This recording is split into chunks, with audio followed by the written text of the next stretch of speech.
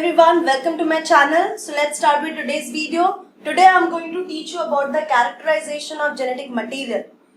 Here few characters are there and those should be the characteristic of genetic material. On basis of that we are going to compare DNA and RNA. तो इन characters के basis पे ही हमें DNA and RNA को compare करके ये बताना है कि क्यों DNA ही हमारा जेनेटिक मटेरियल है. So first basis is it should be able to generate its replica. जो भी हमारा जेनेटिक मटेरियल हो वो अपना रेप्लिका बना सके.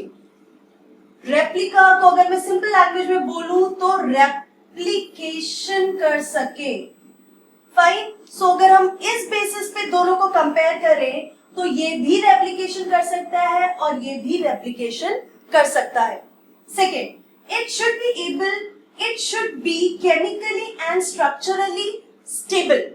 On that basis, if you would have learned about the structure of RNA and DNA in 11th standard, biomolecules में अगर आपने इसका स्ट्रक्चर पढ़ा है तब आपने देखा होगा कि RNA के केस में second carbon and third carbon पे OH ग्रुप प्रेजेंट होता है. सो यहाँ पे दो OH ग्रुप प्रेजेंट होता है RNA के केस में, whereas in case of DNA only third carbon is having OH group, second carbon is not having it. As it is having two functional group, it makes this RNA reactive, more reactive as compared to DNA. So, if we compare chemically, RNA is more reactive as compared to DNA क्योंकि इसके पास दो functional group है और RNA के पास दो functional group है और DNA के पास सिर्फ एक ही फंक्शनल ग्रुप है. सेकेंड, अगर हम इसका स्ट्रक्चर कंपेयर करें so you will see that RNA is having uracil and DNA is having thymine, and thymine is more structurally stable as compared to the uracil. The reason is ये जो uracil होता है, uracil का बनना cytosine के conversion से uracil बनता है. फाइन. ये डीएमिनेशन प्रोसेस है. डीएमिनेशन प्रोसेस जो होता है साइटोसिन का, उससे यूरासिल बनता है. सो अगर हमें यूरासिल चाहिए उसके लिए साइटोसिन को चेंज होना पड़ेगा. तो आरएनए का जो सीक्वेंस है उसमें cytosine will decrease and that makes RNA structurally unstable, and because of this it is structurally stable structure. Structurally ये जो DNA है वो ज्यादा स्टेबल है as compared to RNA. आपने ग्रिफिथ एक्सपेरिमेंट में पढ़ा था कि जब हमने S स्ट्रेन बैक्टीरिया को हीट किल किया था फिर भी उसका जो डीएनए था वो एक्टिव था. रीजन इज जैसे ही आप हीट प्रोवाइड करते हैं, DNA is double stranded structure. आपने जब हीट प्रोवाइड किया तो हीट प्रोवाइड करने की वजह से इसके बीच की जो बॉन्ड्स होते हैं वो ब्रेक हो जाते हैं एंड जो डीएनए स्ट्रैंड्स हैं वो अलग हो जाते हैं. और जैसे ही उसे नॉर्मल टेम्परेचर आप दोगे, DNA will again come back to its normal double helical structure. So by that process also, by that experiments also, we have proved that DNA is structurally stable. By Griffith's experiment, we have proved it that DNA is stable है structurally. तो जितना ज्यादा ये chemically भी less reactive है and structurally stable है और ये केमिकली रिएक्टिव है ज्यादा और स्ट्रक्चरली अनस्टेबल है। सो यहाँ पे हम आरएनए के नंबर कट कर देते हैं और डीएनए को एक्स्ट्रा नंबर देंगे at this point. Next is it should provide scope for slow changes.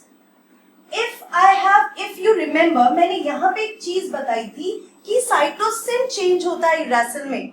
Because of this reason, इसकी वजह से सडन चेंजेस आएंगे एंड दैट कॉजेस म्यूटेशन। जो सडन चेंजेस आएंगे उसकी वजह से म्यूटेशन होगा। तो आरएनए के केस में ये जो म्यूटेशन होता है वो बहुत फास्ट होता है। एंड डीएनए के केस में म्यूटेशन नहीं बोल सकते, but yes, there will be a slow change in the genetic material which is required for evolution. Fine. So there are changes, but not that fast changes. आप देखेंगे कि जो RNA है वो जेनेटिक मटेरियल होता है वायरस के case में। कुछ वायरस के केस में RNA is the genetic material. उन वायरस की जो लाइफ होती है वो शॉर्ट होती है because of that fast mutation.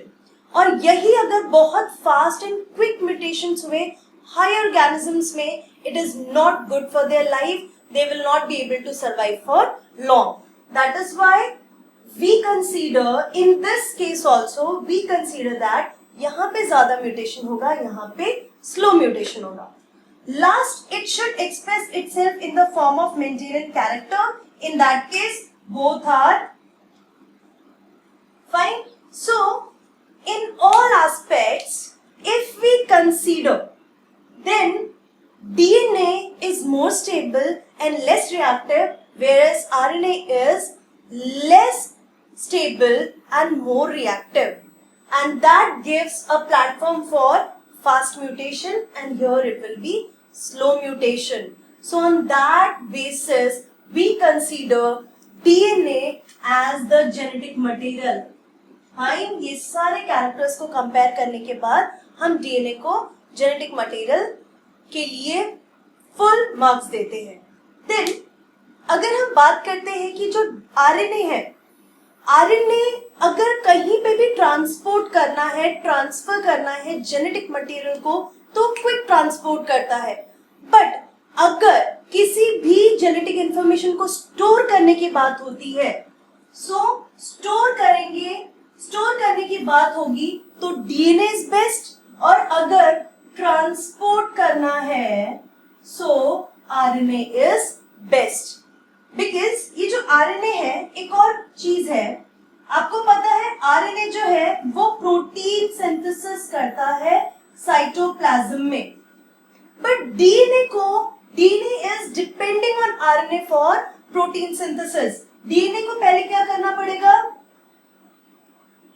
DNA will form mRNA and mRNA will form protein. So you will see here that RNA जो है वो डायरेक्ट प्रोटीन सिंथेसिस करता है, एंड जो डीएनए है वो प्रोटीन सिंथेसिस के लिए आरएनए पे डिपेंडेंट है। सो दोनों में कुछ ना कुछ प्रॉब्लम्स हैं, बट अगर हम मेजॉरिटी चीजें देखें जो बहुत जरूरी है for a higher organism, for a living organism, then DNA is the best genetic material. So this is all about the genetic material, the characteristic of genetic material, and if you have any doubt, if you are facing any doubt related to the topic, you can frankly comment me on my comment section, or you can mail me, and my email address is given in description box. Till then, take care, keep learning, and goodbye.